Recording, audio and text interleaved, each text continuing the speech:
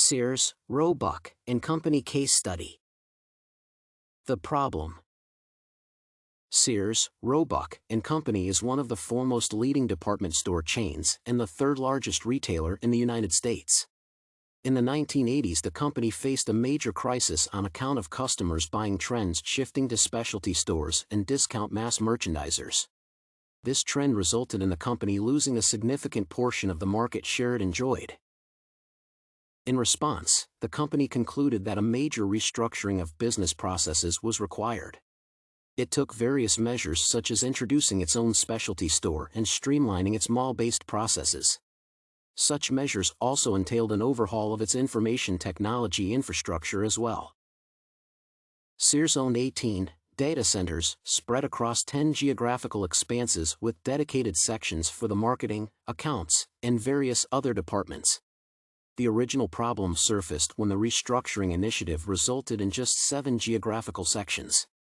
Repeated disparities were observed in accounting and sales records, in addition to the difficulty of accessing data which was stored in an unorganized manner across several databases. This made users query multiple systems, even to retrieve simple information, increasing the complexities and cost of the querying process. Existence of multiple sources also increased the probability of error occurrence manifold while performing complex calculations. The solution. To counter such problems, the firm developed an exclusive sales information data warehouse. The 18 unorganized databases which were loaded with redundant, discrepant, and outdated data were replaced by this single dedicated data warehouse. The contemporary data warehouse was an uncomplicated depository of significant decision-making information such as reliable data for most important performance indicators, sales accounts, and turnover documents. Utilizing an NCR enterprise server, the original data warehouse of 1.7 terabytes was a component of the comprehensive venture known as the Strategic Performance Reporting System, SPRS. By the year 2003, the size had increased to more than 70 terabytes. SPRS incorporated wide-ranging sales information regarding in-stock supply in transit and across distribution centers, and price per article. In 1998, the firm invested in an extensive customer database development project, called LCI, leveraging customer information. LCI covered customer-oriented sale data which was not previously presented in the SPRS. Trial initiatives revealed that there was a need for the integration of the SPRS and LCI, which was then carried out in 2002. Within the year 2001, the firm also introduced several web-based initiatives. These ventures included an e-commerce home enhancement center, a B2B supply exchange process for the retail market, an online toy catalog, wishbook.com, and an e-procurement mechanism, along with various other schemes. Results. The SPRS facilitated the tracking of sales based on individual items across all its 1,950 stores in the United States as well as 1,600 global stores and catalog outlets. This allowed computation of profit margin on a day-to-day basis by item for each store. The firm could now fine-tune its purchasing, retailing, and marketing policies with unprecedented precision. SPRS enabled all authorized personnel to monitor daily sales from a multidimensional standpoint, by region, district, store, product line, and individual item. The implementation of LCI facilitated hourly documentation of various transactions, which in turn aided various initiatives such as hourly promotions decisions. The primary advantage of an integrated system was the capability of analyzing itemized sales figures for each store.